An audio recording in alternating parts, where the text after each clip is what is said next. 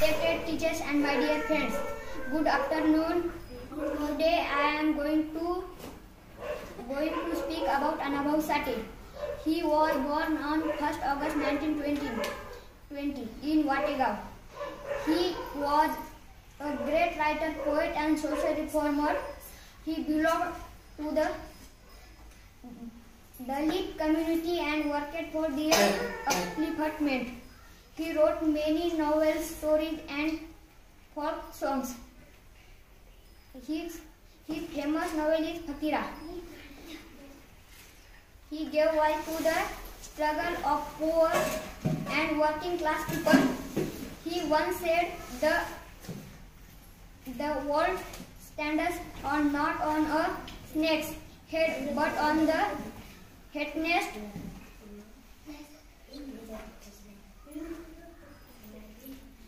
सर्वांना माझा नमस्कार. आज 1 ऑगस्ट लोकशाहीर अण्णाभाऊ साठे यांची जयंती आहे. त्यांचा जन्म 1 ऑगस्ट 1920 रोजी झाला. वाटेगाव या गावी झाला. त्यांच्या वडिलांचे नाव भाऊराव व त्यांच्या आईचे नाव वालुबाई होते. अण्णाभाऊ साठे एक लोकशाही समाजसुधारक, लेखक व कादंबरीकारक होते.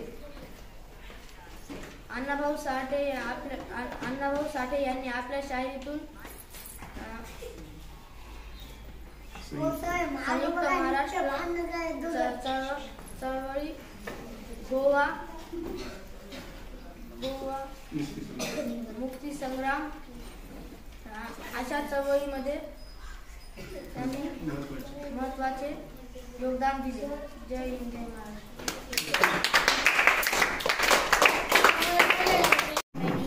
Good morning everyone. Today I am going to speak about Annabhau Sate. He was born on 1st August 1920 in Wategaon, Maharashtra. He was great writer, poet and social reformer and belonged to the Dalit community and worked for their upliftment. He wrote many novels,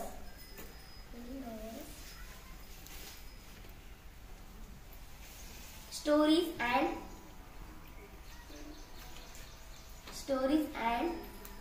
folk songs, povadas. ही दिले ज्याने अभिमानाचे स्थान, समाजात जगण्यासाठी दिले ज्याने अभिमानाचे स्थान, साहित्य आणि लोककलेतून केला समाजाचं पुनर्निर्माण. सन्माननीय व्यासपीठ, वंदनीय गुरुजन वर्ग आणि माझे मित्रमैत्रिणींनो, सर्वांना माझा नमस्कार.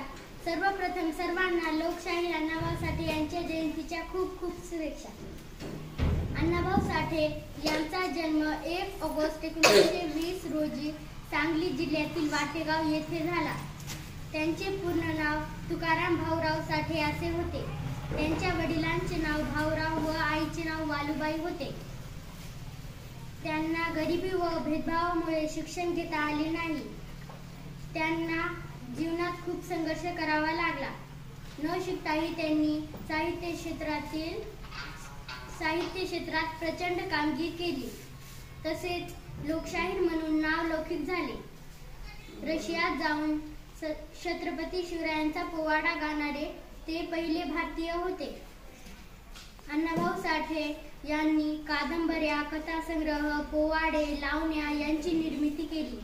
त्यांच्या फकीरा या कादंबऱ्याला राज्य सरकारकडून सर्वोत्कृष्ट कादंबऱ्याचा पुरस्कार मिळाला. त्यांची मुंबईची लावणी व माझी मैना गावावर राहिली या लावण्या विस्मरणीय आहेत. भारताच्या साहित्यातील साहित्यरत्न शिवशाहीर अण्णाभाऊ साठे यांचे 18 जुलै 1969 रोजी निधन झाले. या थोर समाजसेवकास माझे कोटी कोटी प्रणाम.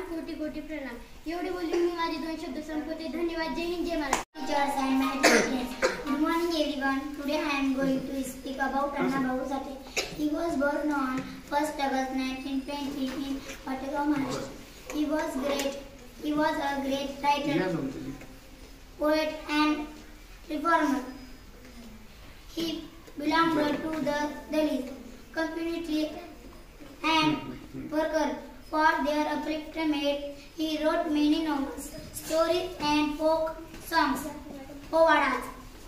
He famous novel to the he give voice to the struggle of poor and working class people. He once said the world stand not on a snake's head but on the hands of Dalits and workers. Let us follow his path and respect all.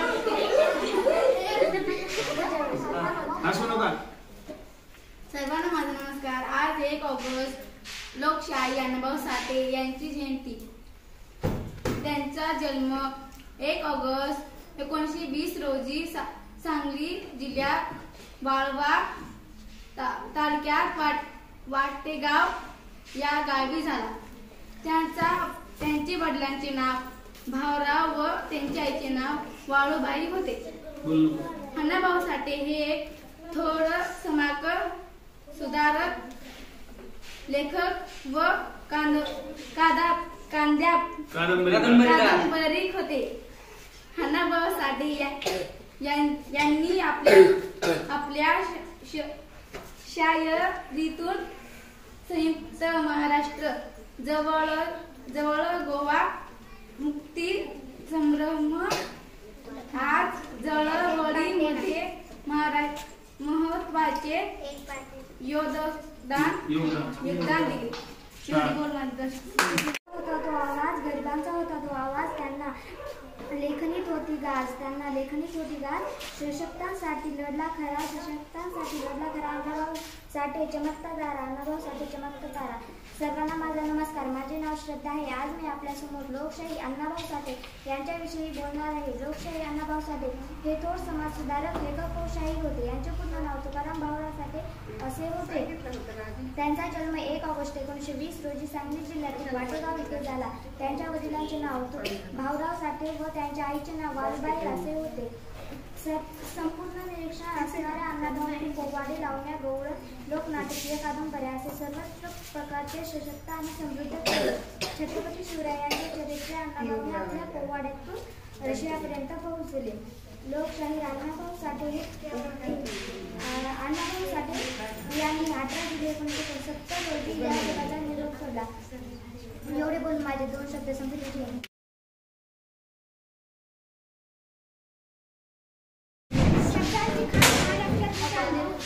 बहुजनांची आग अण्णाभाऊची लेखणी आहे जगात लेखणी.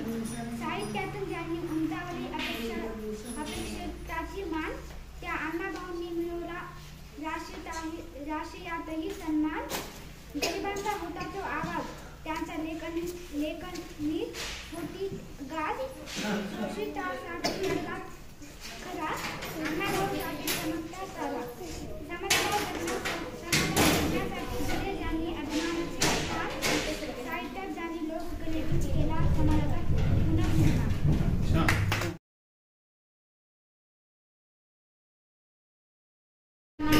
नमस्कार. अण्णाभाऊ साठे यांचा जन्म 1 August 1920 रोजी सांगली जिल्ह्यातील वाटेगाव येथे झाला.